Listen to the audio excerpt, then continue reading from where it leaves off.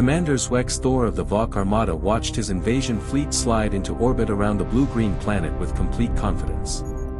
This was not his first conquest. It was not his 10th. By Vral'keth standards, this world barely qualified as a challenge. The tactical displays confirmed everything he expected, and worse, everything he hoped for. A single dominant species controlled the surface. Their technology was crude. No orbital weapons. No energy shields. No plasma cannons. Their military still relied on chemical-based projectile weapons, solid metal fired by explosions. Zyx'thor laughed openly at the report. Chemical projectiles. Like throwing rocks. The planet was called Earth. Population, 8 billion. Mostly packed into dense urban centers. The tactical officer recommended standard pacification protocols, deploy elite ground forces into major cities, demonstrate overwhelming superiority, demand surrender. The entire operation should take no more than 3 days. Zyx'thor approved the plan without hesitation. 3,000 drop ships launched, each carrying elite Vral'keth warriors who had conquered 17 worlds using this exact strategy. It had never failed before.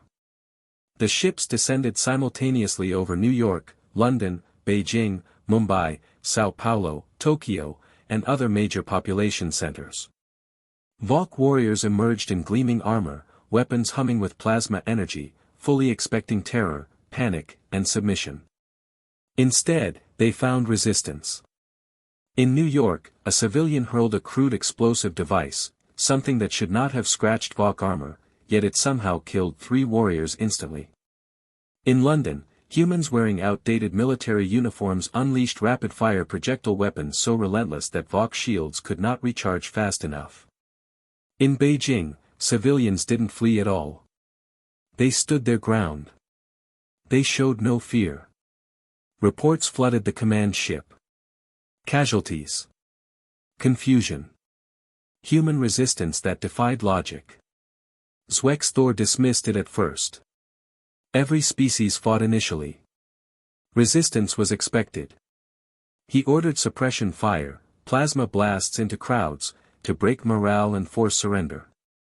But humans did not break. They scattered, regrouped, and returned with improvised weapons, traps, and tactics driven by reckless courage and disturbing creativity. Vehicles were used as ramming weapons. Heavy objects were dropped from buildings. Vral'keth warriors were killed by falling debris, collapsing structures, and even household appliances. For the first time, Zyx'thor felt something unfamiliar settle in his stomach. Unease.as reports continued to pour in, Zyx'thor's confidence began to erode. Human resistance was not slowing, it was escalating. Vral'keth suppression tactics failed to produce fear or surrender. Instead, humans adapted faster than any species the Vral'keth Empire had ever encountered. In Mumbai, civilians used vehicles as kinetic weapons, ramming Vral'keth positions at full speed. In Sao Paulo, Vral'keth warriors were crushed by objects deliberately dropped from high-rise buildings. In Tokyo, humans charged elite Vral'keth soldiers in close combat despite being smaller, weaker, and vastly outgunned. The tactical officer's voice trembled as he delivered a terrifying realization. Humans had not prepared specifically for the Vral'keth Empire, but they had been preparing for alien invasion for over a century. Through fiction, simulations, military theory, and cultural obsession, they had imagined this exact scenario thousands of times. They had already mapped invasion strategies. They had already identified their own weaknesses. They had already trained for asymmetric warfare.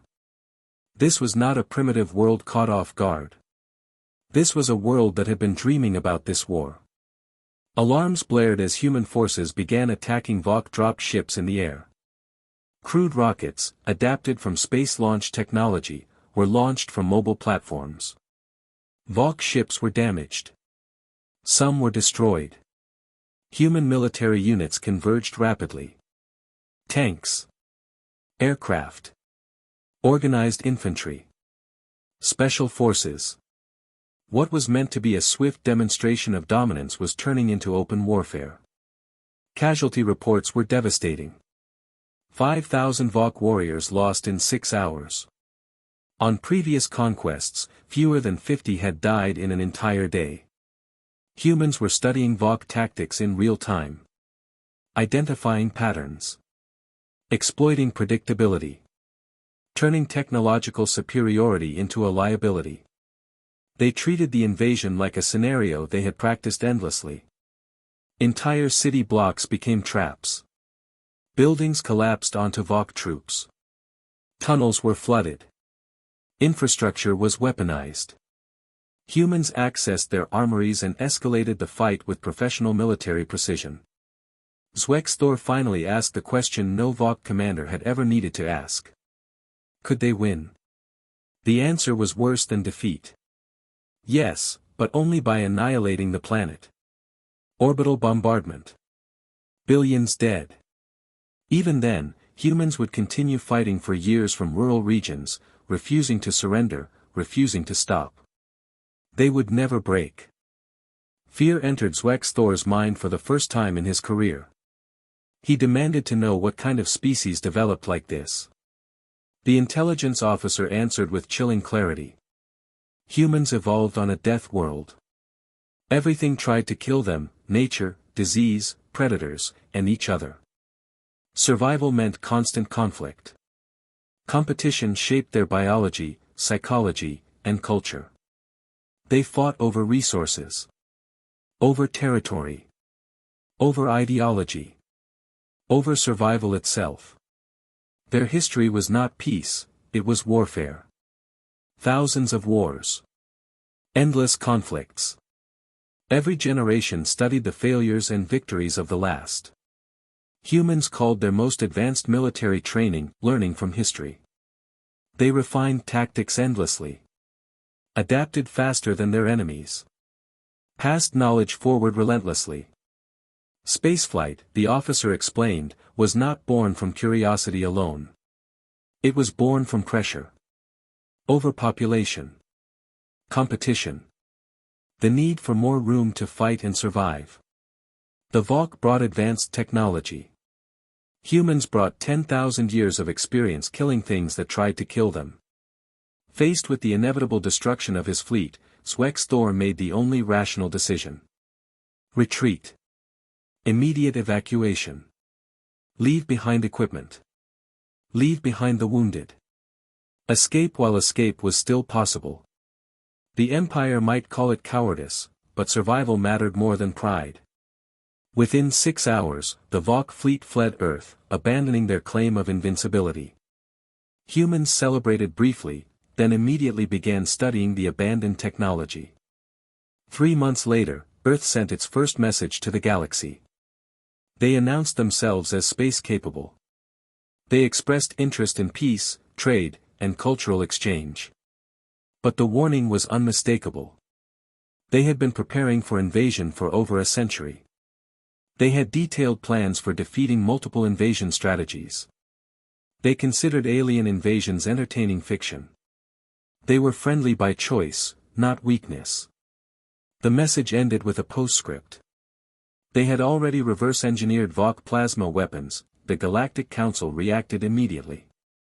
Earth's classification was upgraded from primitive, ignore, to advanced warfare capability, do not engage. The Vral'keth Empire entered a permanent prohibition on invading Earth, citing humanity's pathological dedication to mastering war. Commander Zyx'thor, demoted but alive, added his own final note to the database. Humans had been dreaming about fighting aliens long before aliens ever arrived. When the invasion finally came, it did not surprise them. It disappointed them. They had waited generations for the challenge, and their enemy ran away. The conclusion was clear across the galaxy. Do not test them. Do not provoke them. Do not give them another chance to practice.